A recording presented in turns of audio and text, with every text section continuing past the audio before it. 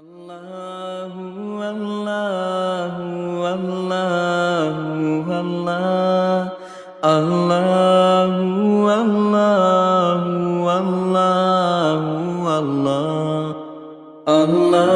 اللہ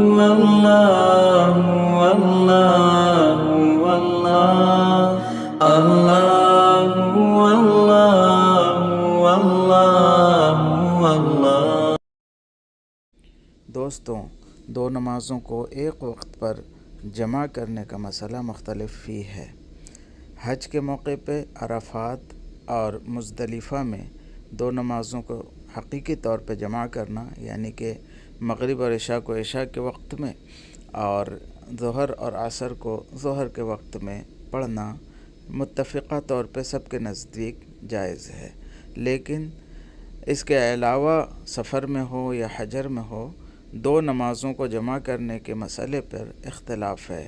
احناف کے نزدیک جمع سوری کی صورت ہو سکتی ہے، یعنی کہ ظہر کے وقت کو اتنا تاخیر کیا جاوے ظہر کی نماز کو کہ اس کو عصر سے پہلے پڑھ لیا جاوے اور عصر کو اول وقت میں پڑھ لیا جائے۔ اسی طریقے سے مغرب کو تاخیر کر کے اخیر وقت میں پڑھا جائے اور عشاء کو اول وقت میں پڑھ لیا جائے، اس کو جمع سوری کہتے ہیں۔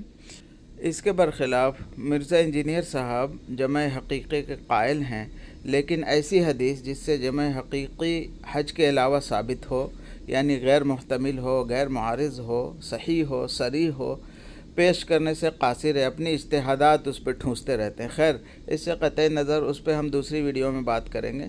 یہاں انہوں نے فضائل اعمال پہ بہتان باندھا ہے، جھوٹ باندھا ہے۔ پہلے ان کی زبانی آپ سنیں کہ فضائل اعمال میں کیسے انہوں نے سامنے اس کو فضائل اعمال کا اسکرین شاٹ رکھ کر کے اپنے لوگوں کو بیوقوف بنایا ہے، اپنے اندھے مقلدین کو دھوکہ دیا ہے۔ آئیے پہلے ان کا یہ ویڈیو دیکھتے ہیں، اس کے بعد اس پہ آگے کی بات کریں گے۔ جزاکم اللہ خیر۔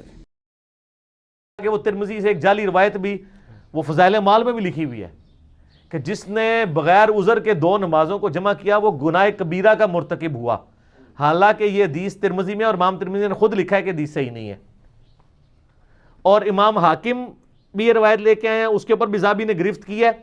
اب شیخ زکریا کاندھلی صاحب نے کیا کیا، فضائل اعمال میں نا عربی میں لکھ دیا کہ حدیث صحیح نہیں ہے،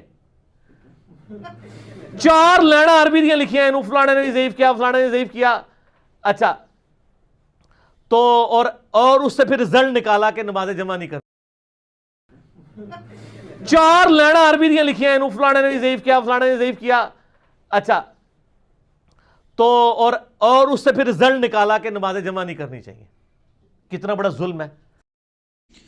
ضعیف حدیثیں بہت ساری کتابوں میں ہیں، بلکہ سیاہ ستہ کی بہت ساری کتابوں میں اور بھی حدیث کی تمام کتابوں میں ہیں سوائے صحیحین کے۔ تو ان کا کیا احکامات ہے، پہلے اس کو جان لیتے ہیں، پھر ان کے جاہلانہ اعتراضات کے بارے میں آگے بات کریں گے انشاءاللہ۔ آئیے سماعت فرمائیں۔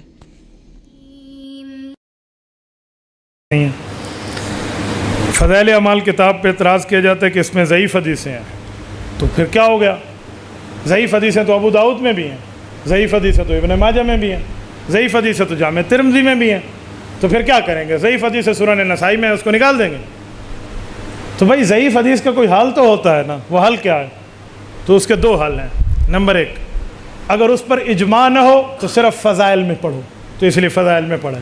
اگر اس پہ اجماع ہو جائے تو اس کا بھی حل ہے، یحکم للحدیث بالصحۃ اذا تلقاہ الناس بالقبول وان لم یکن لہ اسناد صحیح۔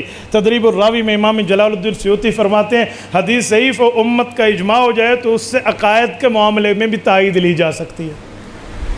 اور امام ابن عبد البر مالکی کی کتاب ہے، وہ کہتے ہیں اگر حدیث صحیح ہو تو ٹھیک ہے، ضعیف و امت مان لے تو اس کو صحت کا درجہ مل جاتا ہے۔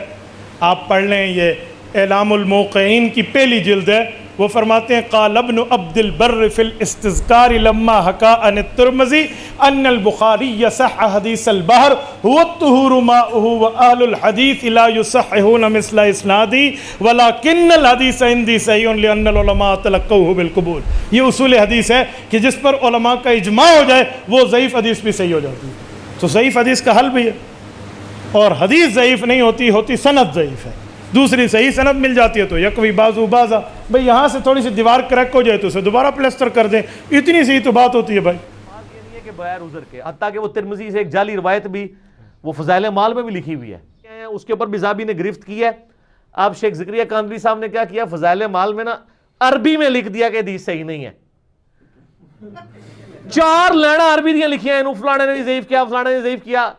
اچھا تو اور اس سے پھر رزلٹ نکالا کہ نماز جمع نہیں کرنی چاہیے. کتنا بڑا ظلم ہے. جی دوستوں، آپ نے سنا مرزا صاحب کہہ رہے ہیں کہ جعلی روایت بیان کیا، حدیث کا انکار ہی ہے، یعنی کہ ایک طرح مذاق ہے، حدیث کا مذاق اڑایا جا رہا ہے. جعلی روایت یہ کیا ہوتا ہے؟ ہاں مختلف ہی ہے، اس پہ کلام ہے، یہ ضعیف ہے، یہ کہہ سکتے تھے، جو حضرت شیخ رحمۃ اللہ علیہ نے کر دیا. پھر انہوں نے دوسرا الزام لگایا کہ عربی میں 4 لائنیں لکھ دیے.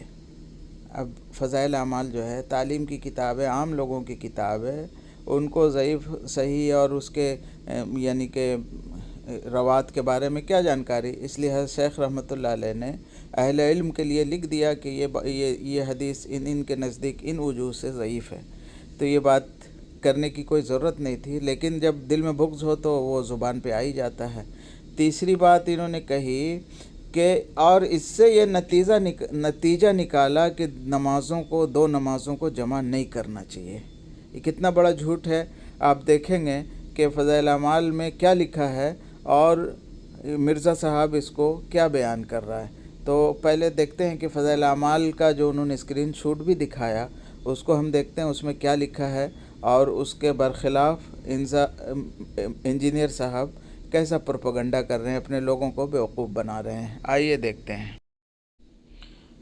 آپ کے اسکرین پہ یہ فضائل اعمال کا وہ حصہ ہے جو مرزا انجینئر نے ہی پیش کیا. اس میں دیکھیے لکھا ہوا ہے، ہاں انگلی کے اشارے سے نیچے ہم پڑھتے ہیں، جو اپنے آپ کو دیندار سمجھتے ہیں اور گویا نماز کے پابند بھی سمجھے جاتے ہیں، وہ کئی نمازیں معمولی بہانہ سے، سفر کا ہو، دکان کا ہو، ملازمت کا ہو، گھر آ کر اکٹھی ہی پڑھ لیتے ہیں. یہ گناہ کبیرہ ہے کہ بلا کسی عذر، بیماری وغیرہ کے نمازوں کو جمع کیا جائے. خلاصہ ہو گیا. آپ دیکھیں گے کہ اس میں 2 نمازوں کو جمع کرنے کا مسئلہ انہوں نے ہی نہیں چھیڑا، بلکہ یہ کہا کہ کئی نمازوں کو وہ جمع کر لیتے ہیں.